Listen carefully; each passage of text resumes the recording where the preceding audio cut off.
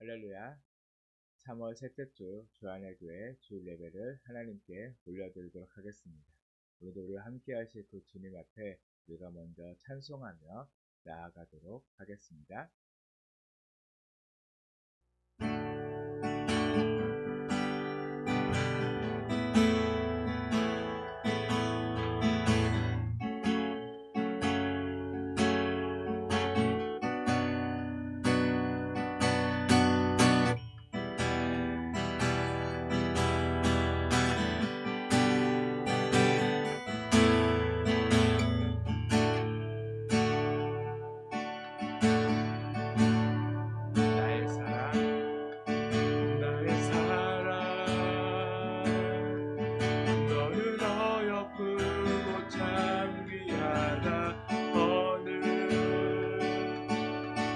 보석보다 귀하다.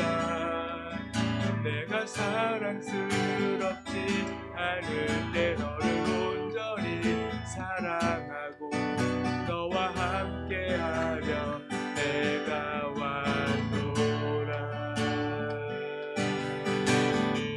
주의 사랑, 주의 사랑, 이 사랑은 결코 모든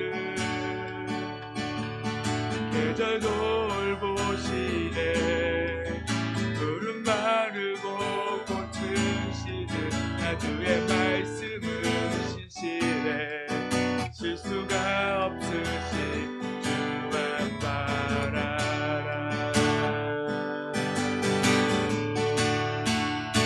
주님의 나라와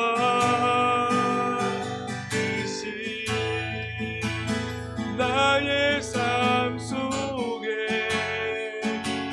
임하시며 주님 알기를 주만 보기를 소망해.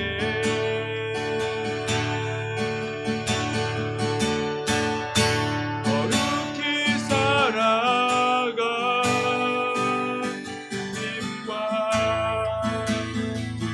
없는 믿음 주신 나의 하나님, 완전한 사랑 찬양해. 한 번 더 찬양합니다. 나의 사랑, 너를 어여쁘고 참 귀하다. 어느 보석보다 귀하다. 내가 사랑스럽지 않을 때 너를 온전히 사랑하고 너와 함께하려 내가 왔노라.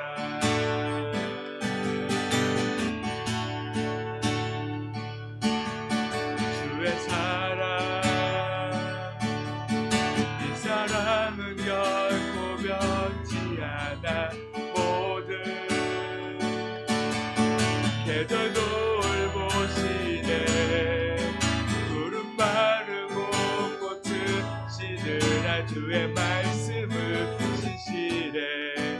실수가 없으시 주만 바라라. 주님의 나라와 뜻이 나의 삶 속에 임하시며 주님 알기를 주만 보기를 소망해.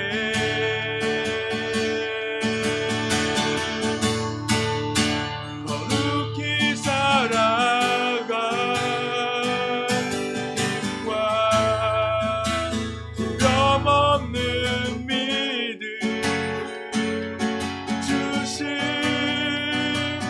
나의 하나님, 완전한 사랑 찬양해.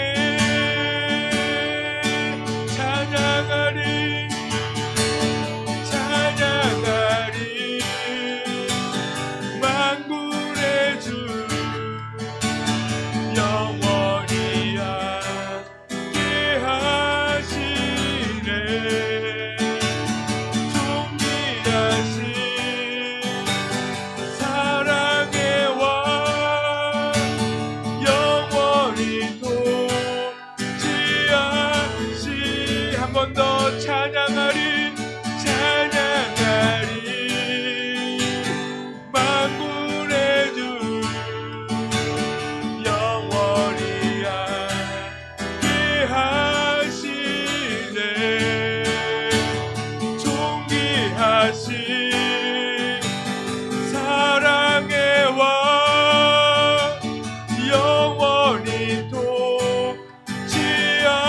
통치하시네 주님의 나라와 뜻이 나의 삶 속에 임하시며 주님 할 길을 주만 보기를 소망해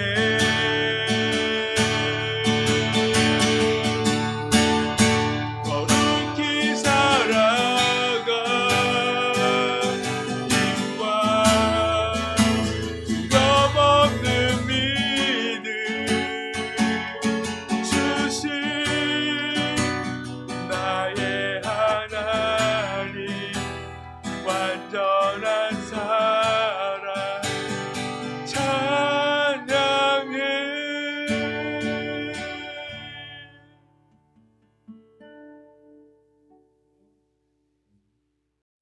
늘 우리와 함께하기 원하시고 그 완전한 사랑으로 우리를 사랑하시며 우리를 돌보시는 그 주님 앞에 이 시간 기쁘게 박수치면서 함께 찬송하도록 하겠습니다.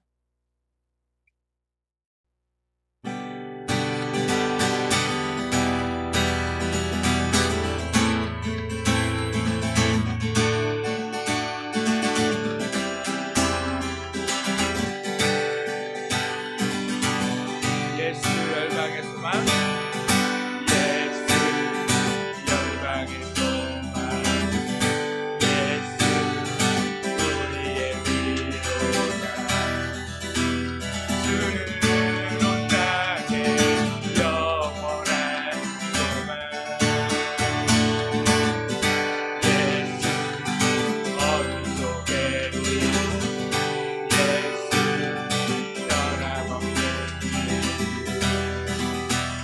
주는 온 땅에 빛이 되시네 우리 위에 죽으시고 다시 사신 생명의 주 주님만이 소망이요 변함없는 반석이라 주님만이 온 세상을 비추시네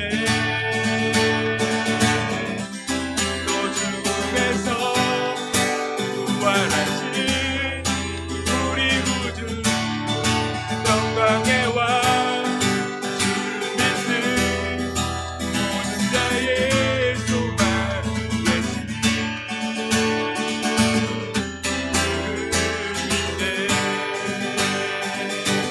한 번 더 예수 예수 열방의 소망 예수 우리의 위로다 주는 온 땅에 영원한 소망 예수 어둠 속의 빛 예수 변함없는 빛 주는 온 땅에 빛이 되시네 우리 위에 죽으시고 다시 사신 생명 우리 위에 죽으시고 다시 사신 한 번 더 우리 위에 죽으시고 다시 사신 생명의 주 주님만이 소망이요 변함없는 반석이라 주님만이 온 세상을 비추시네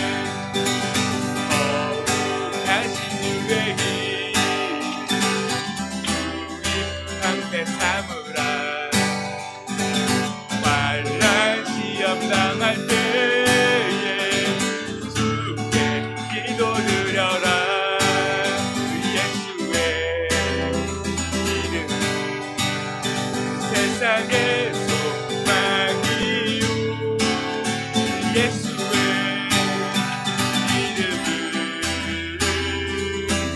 전국의 기쁨일세. 존귀하신 주의 이름 우리 기쁨 되도다. 주의 품에 안길 때에 기뻐 찬송 부르리. 우리 갈 길 다가는 후에 보좌 앞에 나아가 왕께 경배하며 널 영광을 드리리. 예수의 이름 세상의 소망이요. 예수의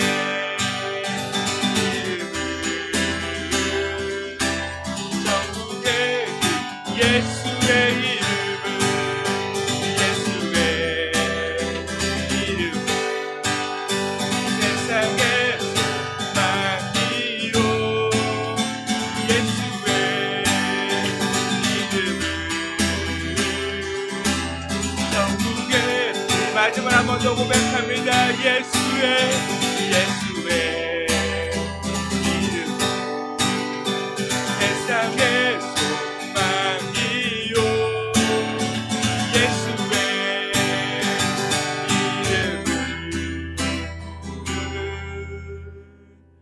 전국의 기쁨일세.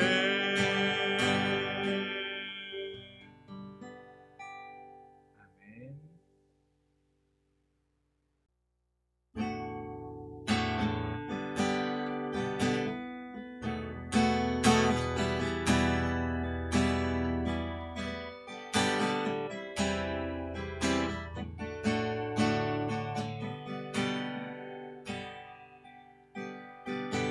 전능하신 우리 하나님, 삶에 가득한 주님의 통치 보호하시고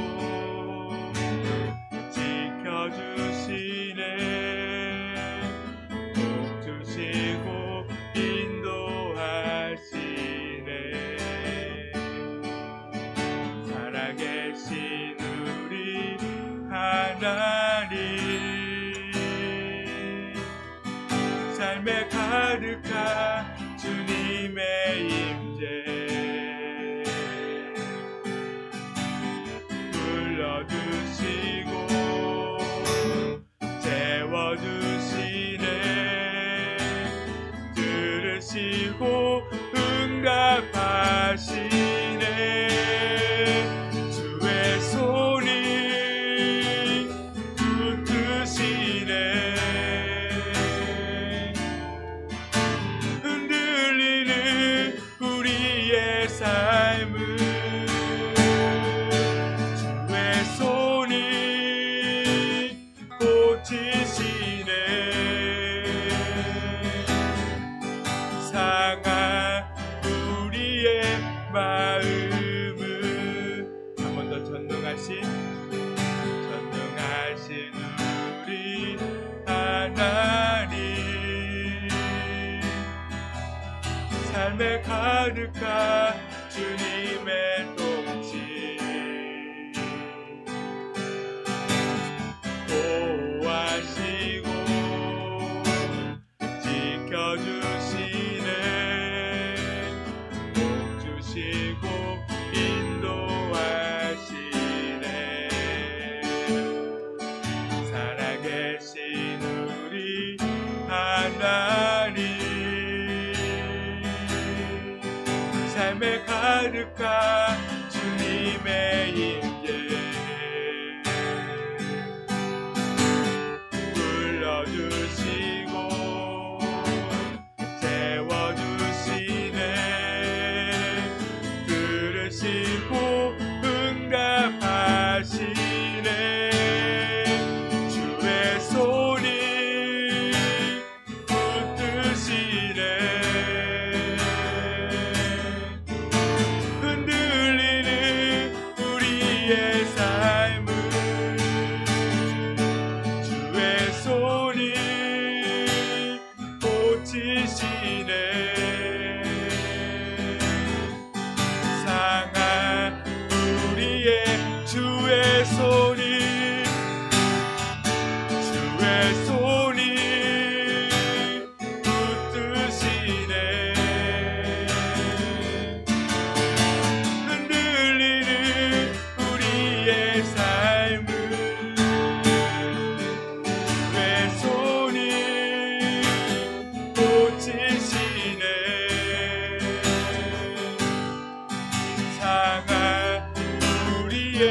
한 번 더 고백합니다. 주의 손이 붙드시네. 흔들리는 우리의 삶을 주의 손이 고치시네. 상한 우리의 마음을.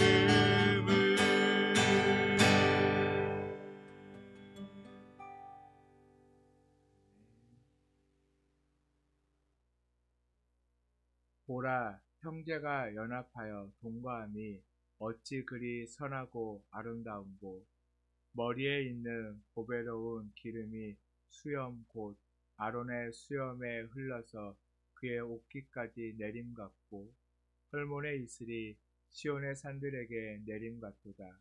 거기서 여호와께서 복을 명령하셨나니 곧 영생기로다. 아멘. 이 시간 사도신경 하심으로 우리의 신앙을 하나님께 고백하도록 하겠습니다. 전능하사 천지를 만드신 하나님 아버지를 내가 믿사오며 그 외아들 우리 주 예수 그리스도를 믿사오니 이는 성령으로 잉태하사 동정녀 마리아에게 나시고 본도 빌라도에게 고난을 받으사 십자가에 못 박혀 죽으시고 장사한 지 사흘 만에 죽은 자 가운데서 다시 살아나시며 하늘에 오르사 전능하신 하나님 우편에 앉아 계시다가 거기로부터 산자와 죽은 자를 심판하러 오시리라.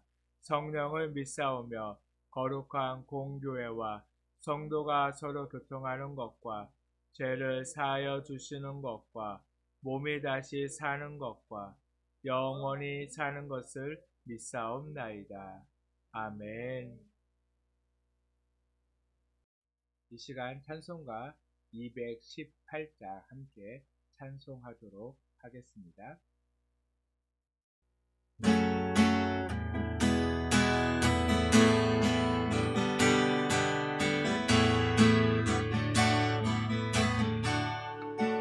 내 마음과 정성을 다하여서 주 너의 하나님을 사랑하라.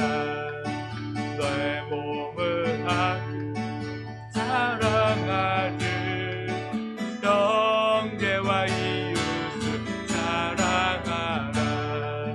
주께서 우리에게 명하시니 그 명령 따라서 살아가리.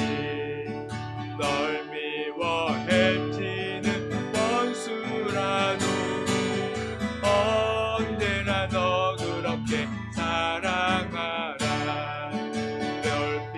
별핍박하는 자 위에서도 진실한 마음으로 복을 빌라.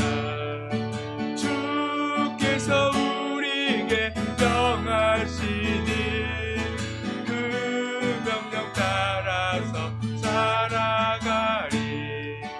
나 항상 주님을 멀리하고 형제를 사랑하지 못하였다.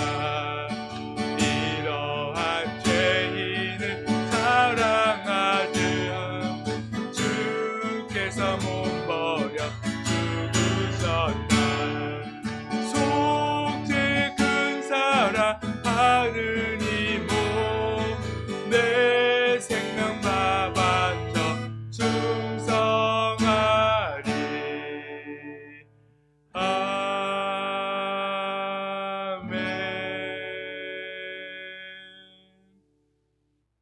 아멘. 말씀 함께 보도록 하겠습니다.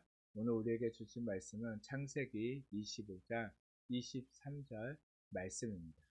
구약성경 창세기 25장 23절 말씀, 찾으셨으면 한 목소리로 함께 읽도록 하겠습니다. 여호와께서 그에게 이르시되 두 국민이 내 태중에 있구나. 두 민족이 내 복중에서부터 나누이리라. 이 족속이 저 족속보다 강하겠고 큰 자가 어린 자를 섬기리라 하셨더라.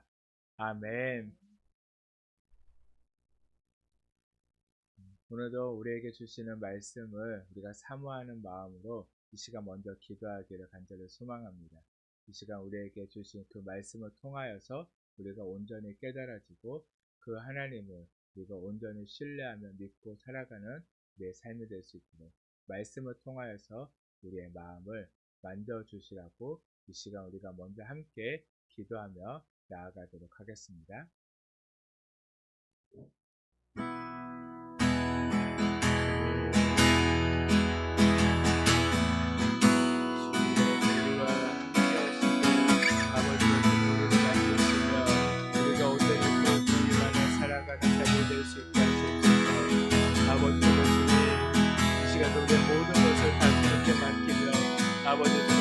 그 말씀을 사모하며 주님 앞에 나아갑니다. 아버지 이 시간 주님의 그 평강으로 아버지 우리를 붙드시고 아버지 우리를 덮어주시옵소서.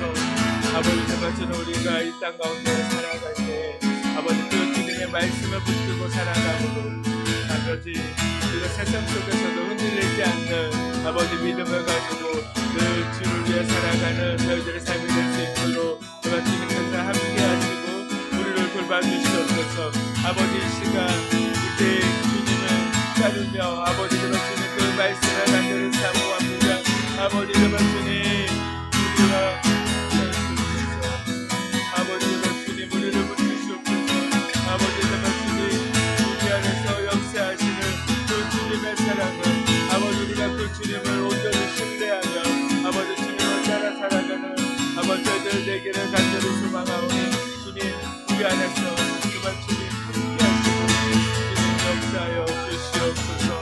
오 주님 약속 안에서 내 영혼 평안에 내 뜻보다 크신 주님의 계획 다실래 두려움 다 내려놓고 주님만을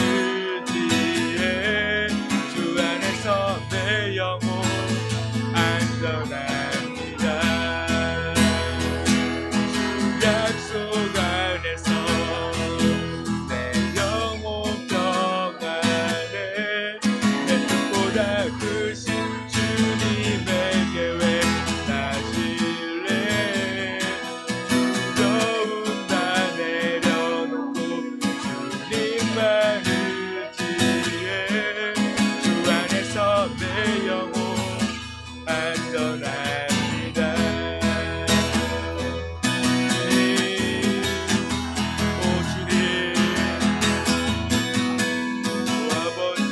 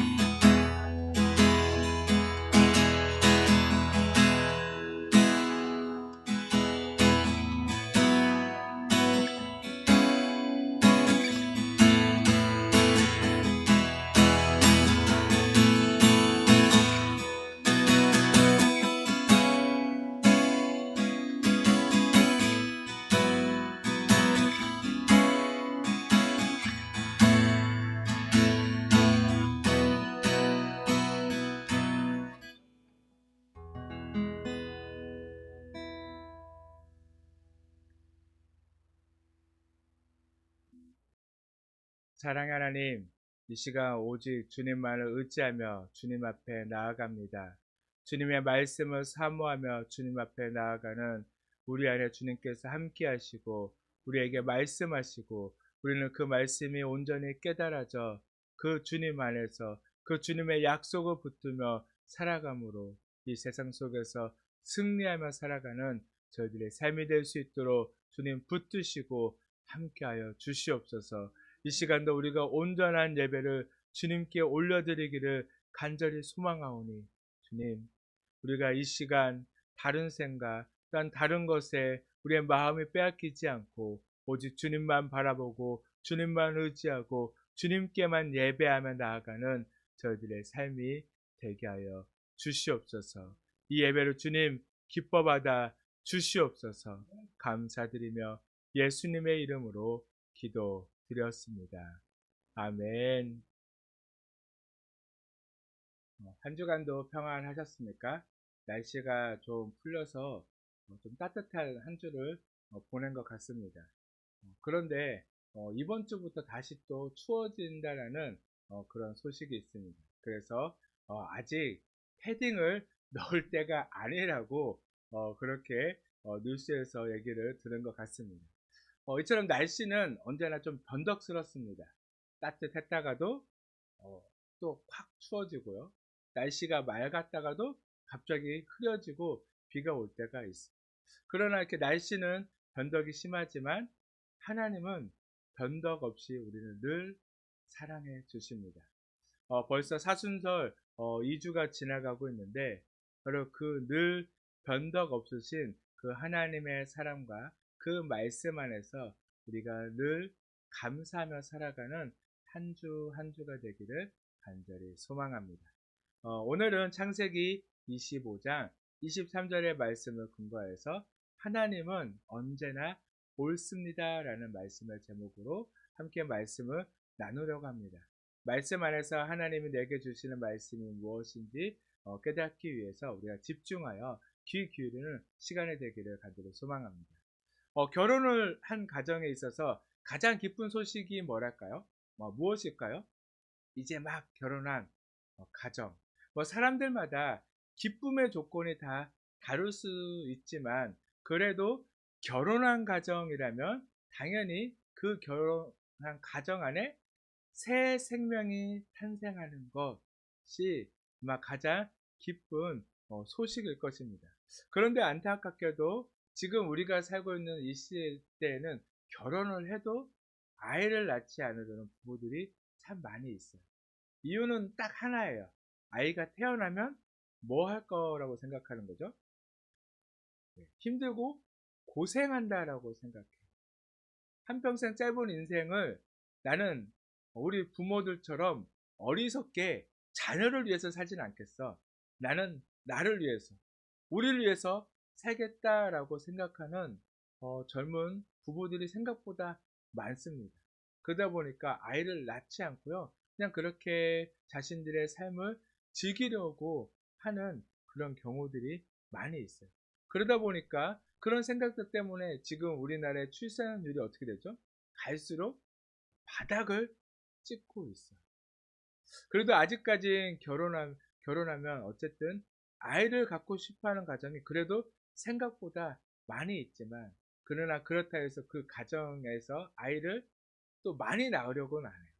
하나, 많아야 둘 정도 그렇게 낳아서 키우려고 하는 그런 가정들이 생각보다 많습니다. 그런데 또한 안타까운 것은요. 젊은 세대에서 아이를 갖고 싶어도요. 불임인 경우들이 생각보다 많다는 거예요. 아이를 낳고 싶어 하는데도 오히려 낳지 못하는 그런 부부들이 많이 있습니다. 저희도 결혼하고 아이를 갖는데 시간이 조금 걸렸습니다. 또 둘째 계획도 있었지만 안타깝게 지금까지 소식이 없어요. 성경을 보더라도 이처럼 아이를 갖고 싶어 했지만 정말 힘들게 저 아이를 가진 그런 사람들이 생각보다 많이 있습니다. 오늘 등장 인물도 동일한 그런 일을 겪었습니다. 이삭의 아내였던 리브가는 결혼한 후 20년이 지나도록 임신을 하지 못했습니다. 그런데 그 이삭의 아내 리브가뿐만 아니라 그 리브가의 시어머니 또 이삭의 엄마도 오히려 더 아이를 못 가졌죠. 그쵸? 오랜 시간 기다렸지만 아이를 갖지 못했던 사라도 있었습니다. 제가 예전에도 주일 설교 때 이야기를 잠깐 나눈 적이 있었는데 그것은 이삭이 20년 동안 자녀를 위해서 기도하지 않았다라는 그런 내용의 말씀이었습니다. 자신의 출생을 누구보다 더 잘 알고 있었을 이삭이라면 뭘 해야 하죠? 기도해야 하는 게 맞지만, 그러나 왠지 모르게 이삭은요 20년이라는 시간 동안 기도를 하지 않았어요. 그러다 오랜 시간이 지나 너무나 아이를 가지고 싶었던 아내 리브가가 이삭에게 애원을 했는지 이삭은 결국 마지못해서 하나님께 기도했다라고 볼 수가 있어요. 그게 창세기 25장 21절 말씀입니다. 21절 말씀을 보면 이삭이 그의 아내가 임신하지 못함으로 그를 위하여, 누구를 위하여? 그를 위하여.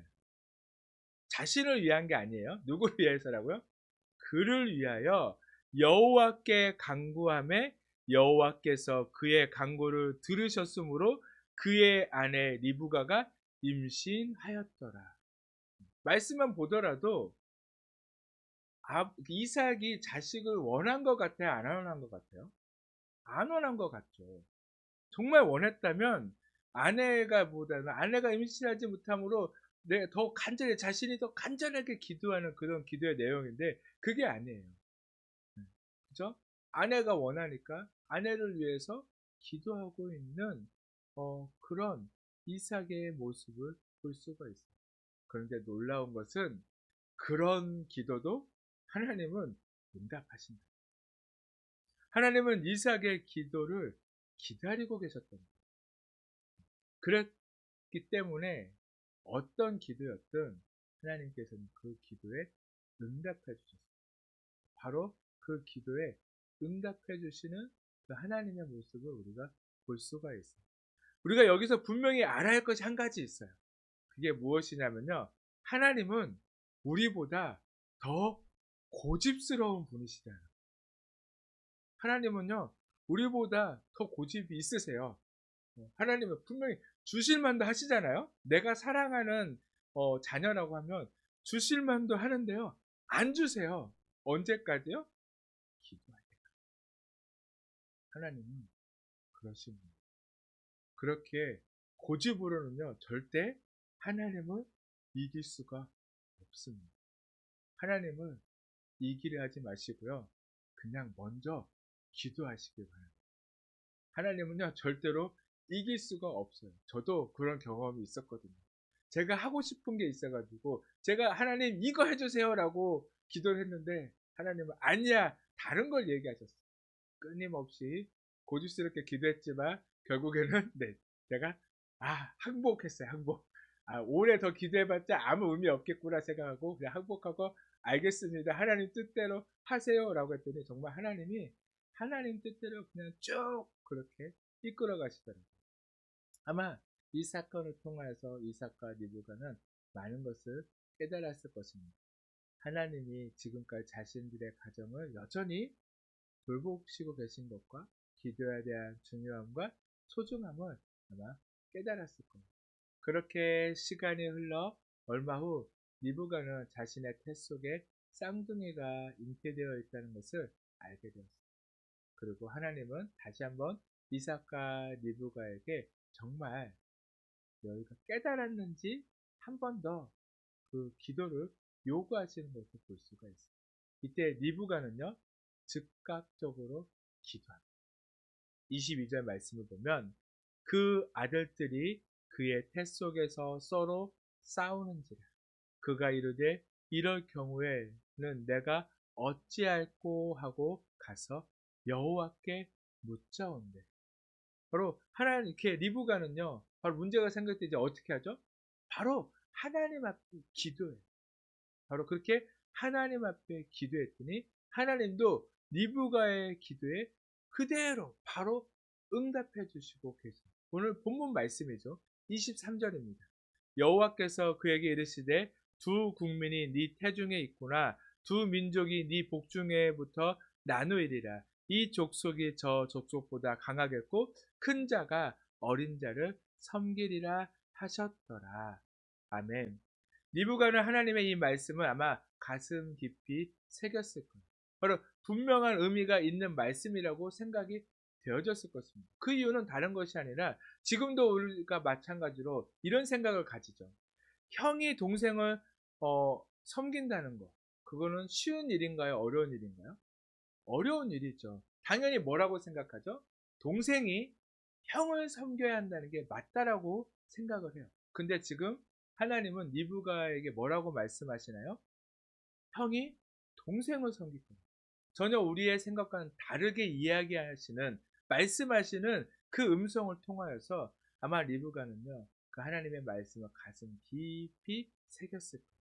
그러나 중요한 것은 이 말씀을 통해 하나님께서 리브가에게 누가 형이 되고 동생이 될 것을 알려주신 것은 아니에요.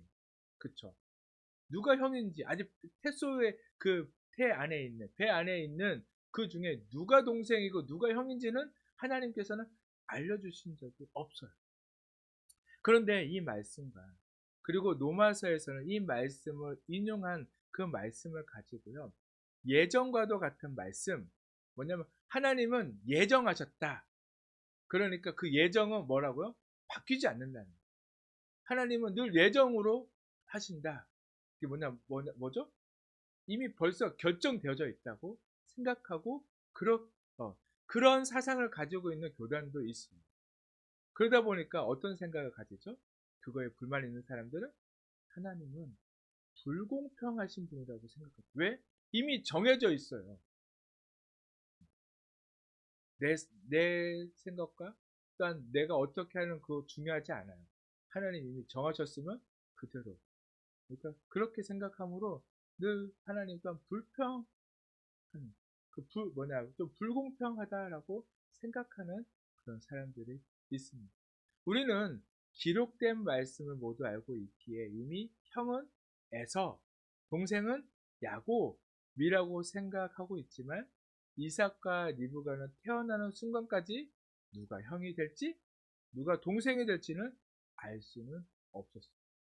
그리고 형이 동생을 섬길 수도 있지라는 그런 생각을 한다면 아무 상관이 없지만, 혹여나 어떻게 형이 동생을 섬길 수 있느냐라는 그런 생각이 있다면 어떨까요? 어렵겠죠. 이런 생각은요, 유교적인 마인드라고 이야기할 수가 있어요. 그래서 태어나기도 전부터 이런 예언을 하신 하나님이 불공평한 것이 아닌가 생각할 수도 있고, 리브가의 태 속에서부터 이미 하나님은 야곱을 에서보다 더 사랑한 것이 아니냐라고 화를 낼 수도 있습니다. 그러나 중요한 것은 이삭과 리브가는 태어나기 전까지 누가 형인지 누가 동생인지는 알지 못했다는 것. 그리고 형이 동생을 섬길 것이다 라는 구절이 불편한 이유는 우리는 너무나 당연히 동생이 형을 섬겨야 한다라는 그런 생각, 그런 사상을 가지고 있기 때문에 그렇죠. 아주 오래 전부터.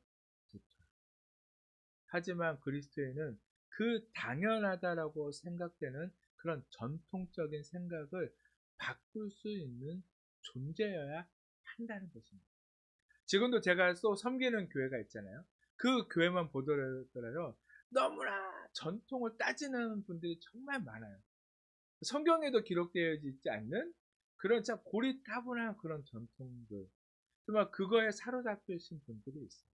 그러다 보니까 주일날 교역자나 아니면 대표 기도를 하시는 분들은 양복을 입을 때 그 속에요, 꼭 흰 와이셔츠를 입어요. 흰 와이셔츠를 안 입으면요, 난리가 나요, 난리가. 네, 정말 뭐 큰일이 일어난 것처럼. 우리가 하나님께 온전히 예배를 드리지 못한 것처럼 되게 불경하게 생각을 하거든요. 근데 어디 하나님이 우리가 예배를 드릴 때, 너 양복 입었을 때, 너 안에 흰 와이셔츠를 입으라고 한 적이 있나요? 아니죠. 이건 누가 정한 거죠? 사람이 정한 거예요. 또한 요즘은 캐주얼하게 정장을 입으면서 운동화를 신기도 해요. 꼭 구두를 안 신기도 하거든요. 그러나 그게 보기 안 좋은 게 아니라 되게 깔끔하고 좀 더 세련돼 보이는 그런 모습들도 있습니다. 그러나 그렇게 신고 기도하러 올라가면요, 난리가 나요. 또. 저는 그저 깔끔하고 그래도 그 분위기를 해치지 않는, 그 장소를 해치지 않게 그렇게 맞게 입고 왔으면 그냥 그걸로 된다라고 생각을 하거든요. 저도 그렇죠. 지금 말씀을 전하고 있지만 제가 뭐 와이셔츠 넥타이 메고 하나요? 아니죠. 저는 지금 섬기는 교회에도 정장을 완전히 입고 가서 예배를 잘 드리지 않아요. 그냥 가디건, 평상시 때 편하게 가디건 입고 가서 예배를 드릴 때가 많이 있습니다. 그냥 그렇다고 누가 뭐라는 사람은 없어요, 솔직히요. 보기에 깔끔해 보이니까 누가 뭐라고 하지 않고 오히려 잘 어울린다라고 그렇게 얘기해 주시는 분도 많이 계십니다. 정말 어, 별것 아닌 거에 사람들은요, 너무나 그것을 따져요. 하나님이 기뻐하시는지가 중요하지 않고 내 생각에 다르면요, 다르다라고 생각하는 분들이 너무나 많다는 거예요. 그리고 지금 이 시대에 언제나 첫째가 잘나고 강하고 완벽한가요? 장자라서 꼭 그렇게 태어나나요? 그렇지 않죠. 오히려 동생이요, 더 강하게 태어나기도 하고요, 동생이 더 잘나게 태어날 수도 있어요.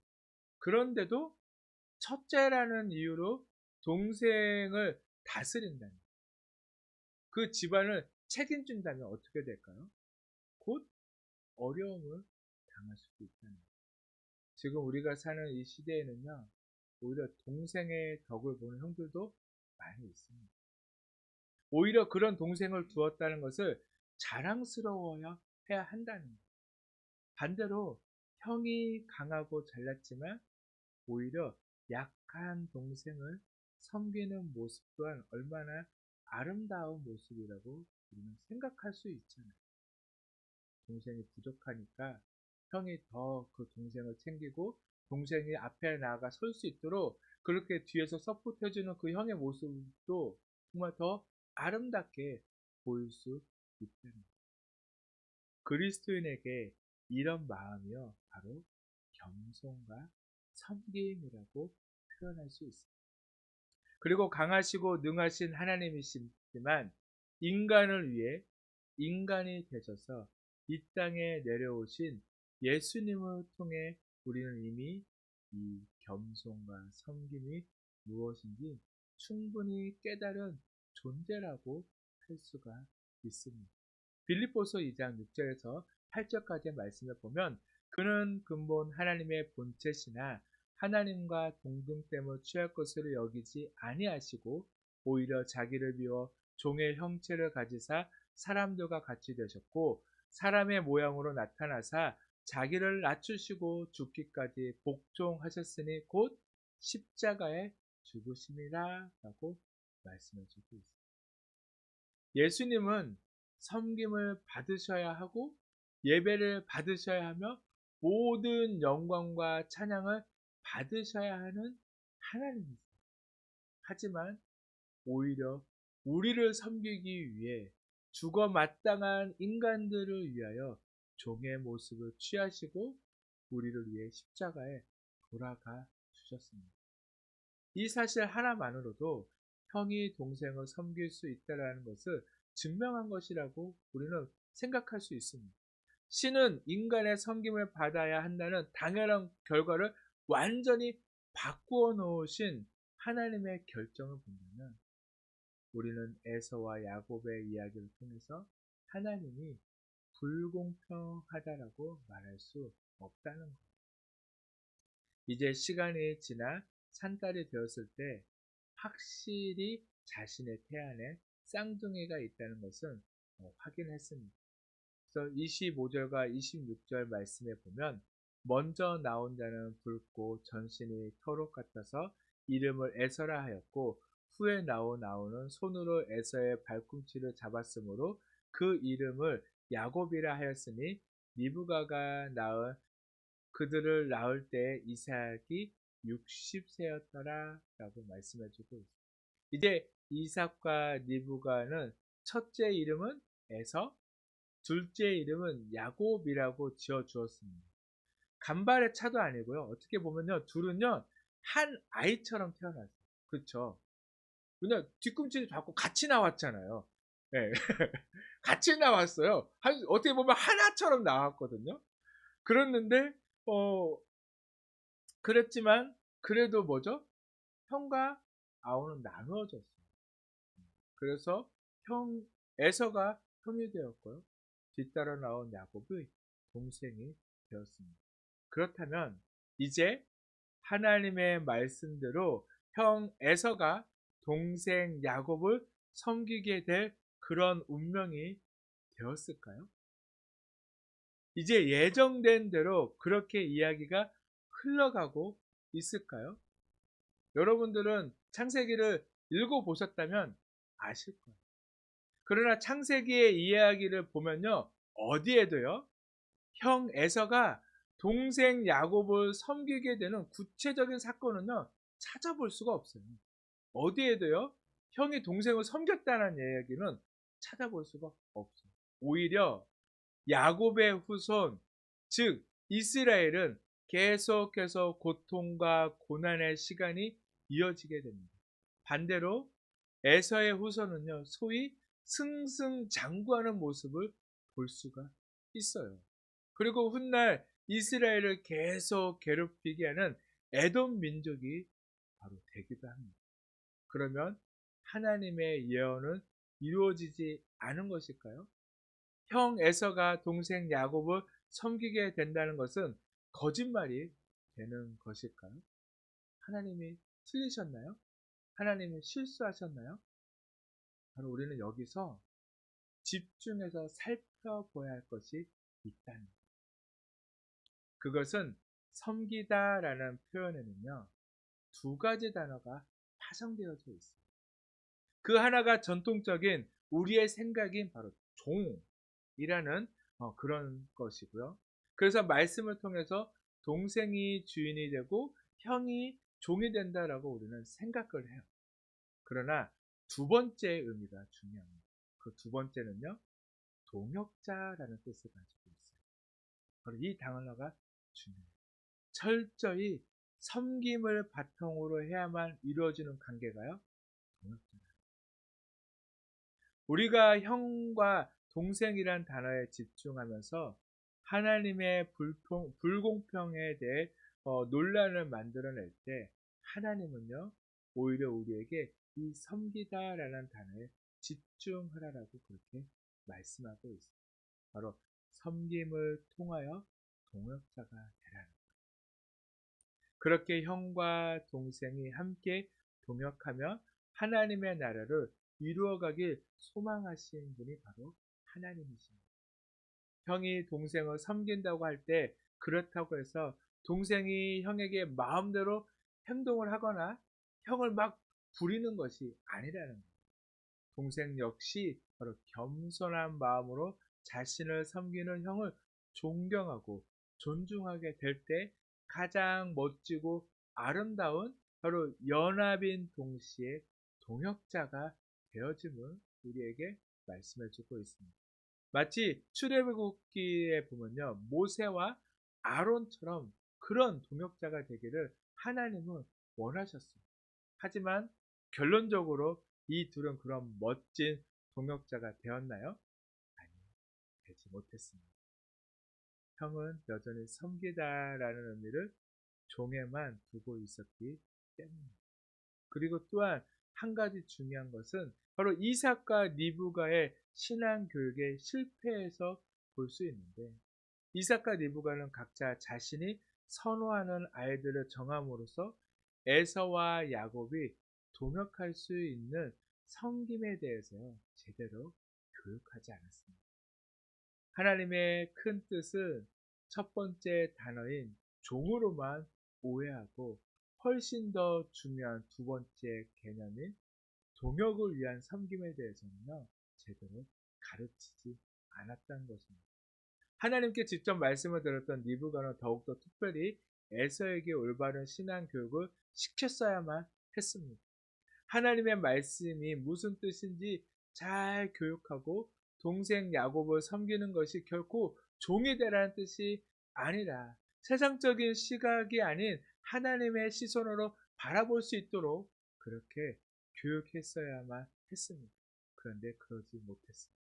또한 야곱에게는 그런 형의 섬김이 무엇인지, 무엇을 의미하는지 교만하지 않고 겸손함으로 형을 대해야 할 것에 대해서 교육했어야만 했습니다.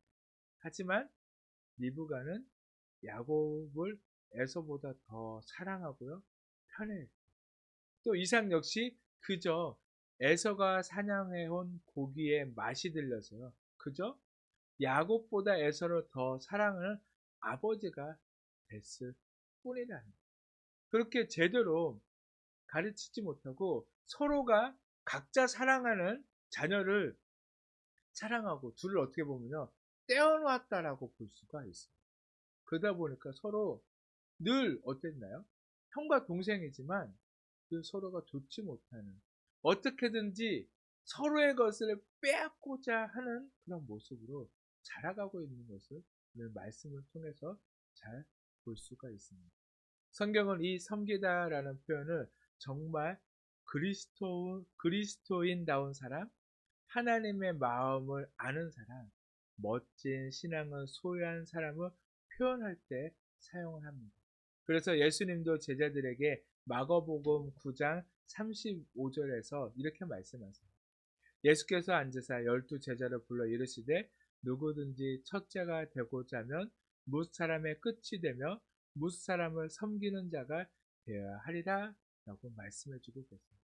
그러나 우리는 언제나 세상적인 시선으로 보고 판단하기에 자꾸만 불공평해 보이고 불합리해 보이고 나만 손해보는 것 같기에 교회 안에서도요, 진정한 섬김이 없습니다. 결국 세상의 시선과 생각만으로 판단한 에서와 야곱은 둘도 없는 원수가 되어버렸습니다. 하나님이 우리를 먼저 선택하시고 자녀 삼아주신 이유, 우리를 장자 삼아주신 이유는 그저 우리가 이 세상 가운데서 떵떵거리며 잘 먹고 잘 살게 하기 위해서가 아님을 우리가 분명히 깨달아요. 오히려 하나님 우리를 왜 먼저 부르셨죠? 우리를 먼저 부르셔서 하나님의 자녀 삼으시고 우리를 어디로 보내시나요? 다시 세상 가운데로 보내셨을 때 우리가 세상 속에서 어떻게 하길 원하시죠? 그들을 섬기기를 원합니다. 우리를 섬기는 자로 하나님은 다시 우리를 세상 속으로 보내셨다는 것을 우리가 깨달아야 한다는 거예요. 그렇지 못하면 에서와 야곱처럼 늘 원망과 불평으로 자꾸만 세상과 하나님 사이에서 갈팡질팡하다가 원수가 돼요. 하나님 세상을 바라보면 세상의 사람들은 하나님을 알지도 못하고 하나님을 섬기지도 않는데 더 잘 사는 것 같고 더 떵떵거리고 사는 것 같은데 왜 나는 이렇게 사는데 왜 거기다가 나는 왜 또 세상을 섬기라고 왜 사랑하라고 하나님은 그렇게 얘기하실까? 하나님 너무하신 거 아니야? 그렇게 생각할 수도 있어요. 그러나 중요한 것은요, 섬김이 없이 하나님의 나라는요, 세워질 수 없다는 것입니다. 신이신 하나님이신 예수님도요, 우리와 함께하기 위해 이 땅에 뭐하러 오셨다라고 말씀하셨죠? 섬기러 오셨다라고 말씀하셨어요. 그 하나님께서 오늘 우리에게 서로 섬기며 동역하라라고 말씀하십니다. 그러나 우리는 늘 그 섬김의 단어를 우리를 종이 되라라고 그렇게 받아들이기에 언제나 하나님은 나에게만 불공평하신 분으로 우리가 그렇게 생각할 때가 많다는 거예요. 그러나 하나님은요, 언제나 모르신 분이십니다. 하나님이 나를 향한 계획과 선택이 무엇이든 어떠한 상황과 환경이든 하나님이 언제나 옳다라는 그런 신뢰와 믿음으로 섬기며 살아간다면 어떠한 환경과 상황 속에서도 흔들리지 않는 믿음으로 지켜주시고 우리가 원망과 불평이 아닌 감사와 기쁨으로 살아갈 수 있도록 내 삶 가운데 주님은 함께해 주신다는 그런 분이심을 우리가 믿어야 한다는 것입니다. 이제 매일 삶 속에서 세상의 눈으로 하나님의 방법을 판단하지 마시고 믿음의 눈으로 하나님의 방법으로 세상을 볼 때 우리는 진정한 그리스도인으로 세상 속에서 빛나게 될 것을 믿으시길 바랍니다. 하나님께서는요, 그러기 위해 이 땅에 오셨고 바로 우리를 자녀 삼아 주셨고 우리 다시 세상 가운데로 보내시고 계십니다. 그 하나님의 뜻이 무엇인지 온전히 분별하여서 세상 속에서 진정한 그리스도인으로 살아가게 되는 우리 모두가 되기를 간절히 축복합니다. 아멘. 이 시간 우리 함께 찬송하고 기도하도록 하겠습니다.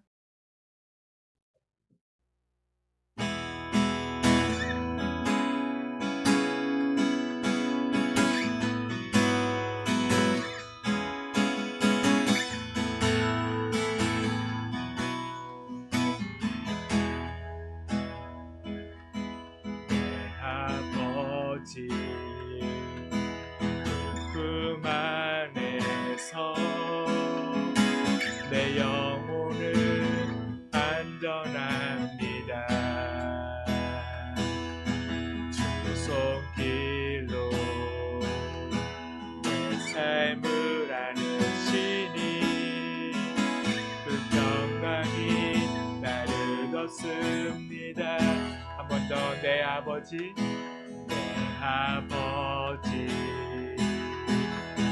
그 품 안에서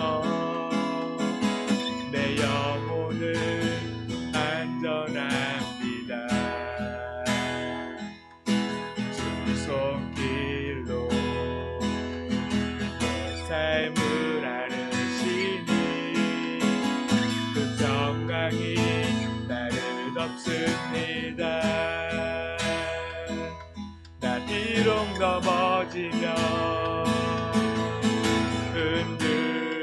흔들리지만 주 내 안에 거하며 나를 붙드시니 내 생각을 주께로 돌리고 주시는 평강의 옷을 입습니다. 주 약속 안에서 내 영혼 평안에 내 뜻보다 크신 주님의 계획 나하실래. 두려움 다 내려놓고 주님만 의지해. 주 안에서 내 영혼 안전하니 주 약속 안에서 내 영혼 평안에 내 뜻보다 크신 주님의 계획 나실래.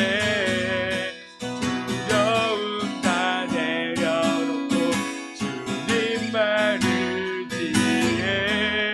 주 안에서 내 영혼 이 시간 우리 말씀을 기억하면서 함께 기도하도록 하겠습니다. 주님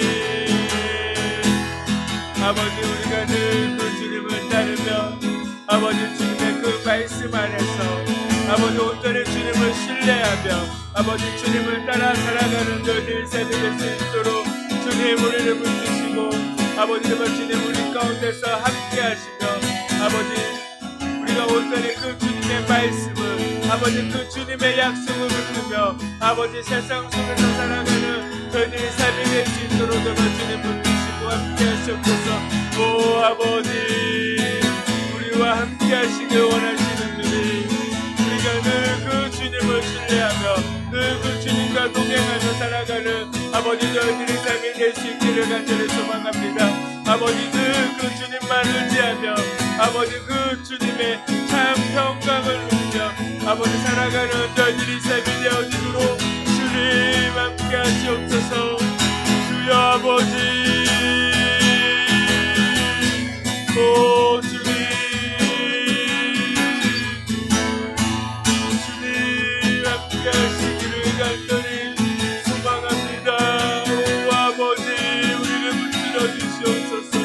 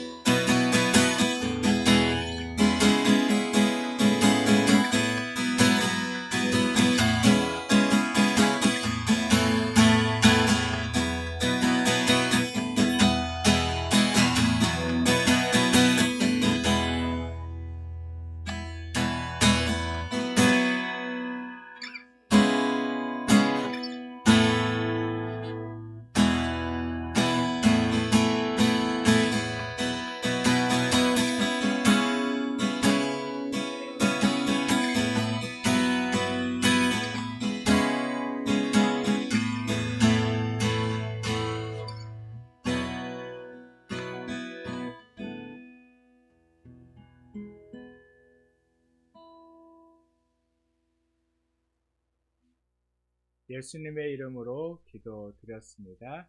아멘. 이 시간 우리 마지막 찬송 320장 함께 찬송하고 축도로 예배를 마치도록 하겠습니다.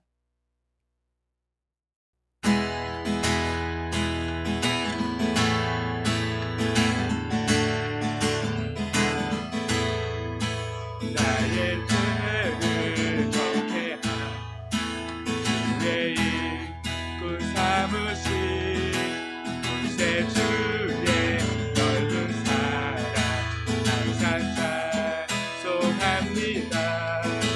나를 입구 삼으신 그 크신 능 주시고 언제든지 주 뜻대로 사용하여 주소서.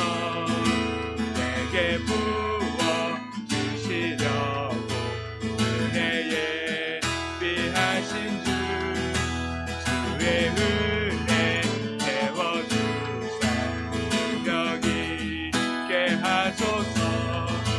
나를 이끌 삼으신 크신 능 언제든지 그 뜻대로 사용하여 주소서. 죄의 짐을 풀어주신 주의 은력 그도다. 나를 피로 사신 예수 내 맘속에 오소서.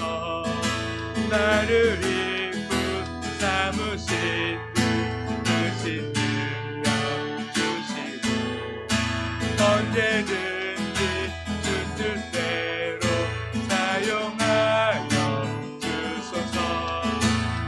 주여 내게 성령으로 충만하게 채우사 생명수가 강물처럼 흐르게 하옵소서. 나를 이끌 삼으신 크신 능력 주시고 언제든지 주 뜻대로 사용하여 주소서.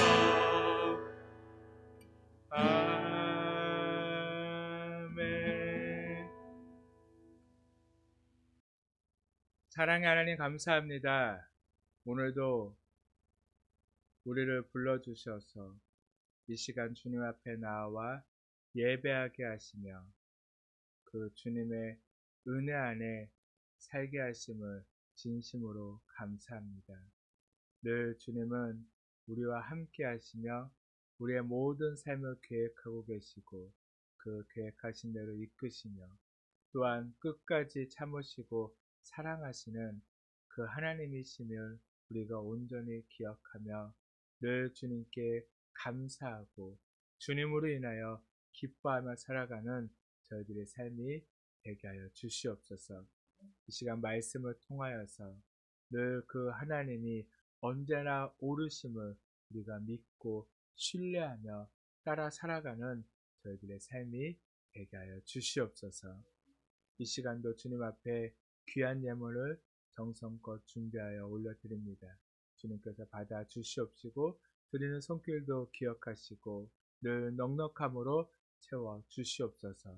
또한 주님 이 예물을 쓰이는 곳마다 주님의 아름다운 향기가 넘쳐나게 하여 주시옵시고 날마다 구원받는 자들이 더하여지게 하여 주시옵소서.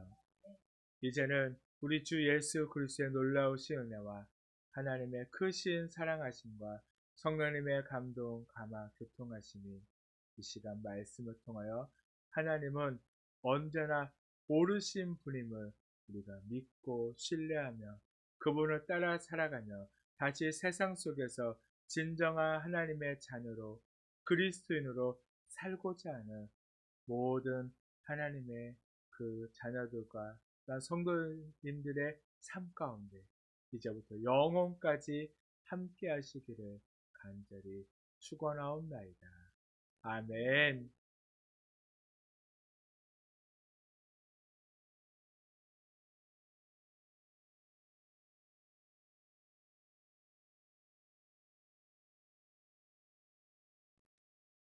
예배를 마쳤습니다. 지안아, 강지한 씨,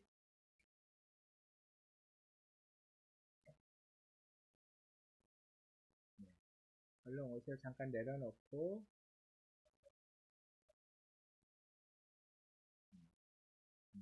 다시 해. 지안아, 이리 와. 기대 인사할까요? 빨리 끝났어요. 빨리 끝났어요? 미안해요. 죄송해요. 아빠가 너무 예배를 빨리 끝내서요. 네, 그래도 인사합시다. 차렷, 인사. 네요. 사랑합니다. 축복합니다. 네. 지안이가 지금 하던 걸 멈춰야 하는데 제대로 멈출 수가 없어가지고 지금 이렇게 얼굴에 조금 불만이 있지만 그래도 아주 예쁘게 인사를 잘했습니다. 늘 지안이가 주님 안에서 온전히 살아갈 수 있도록 위해서 기도해 주시고요. 우리 모두도 또 한 주간도 늘 주님과 함께하는 주님이 오르십니다 라고 굳게 믿고 살아가는 우리 모두가 되기를 간절히 축복합니다. 또 다음 주에 또 봐요. 안녕.